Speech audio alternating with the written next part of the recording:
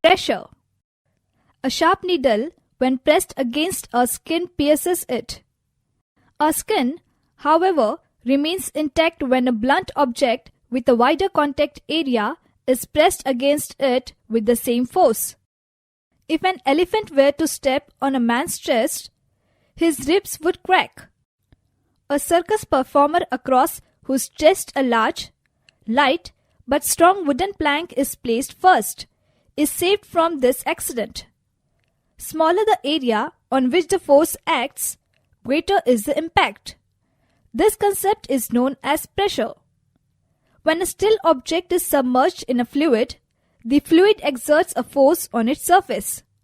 This force is always perpendicular to the surface of objects.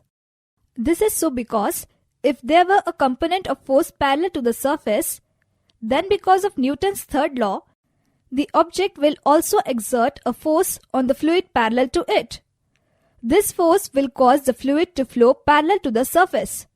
Since the fluid is at rest, this cannot happen. Hence, the force exerted by the fluid at rest has to be perpendicular to the surface in contact with it. In principle, the piston area can be made arbitrarily small. The pressure is then defined in a limiting sense as P equals to limit delta A tends to 0 F by A. Pressure is a scalar quantity. Its dimensions are ml-1, T-2. The SI unit of pressure is Newton per meter square. It has been named as Pascal PA after the name of the French scientist Blaise Pascal. Another quantity necessary in describing fluids is the density ρ. For a fluid of mass m occupying volume V, ρ equals to m by V. The dimension of density is ml-3. Its SI unit is kg per meter cube. It is a positive scalar quantity.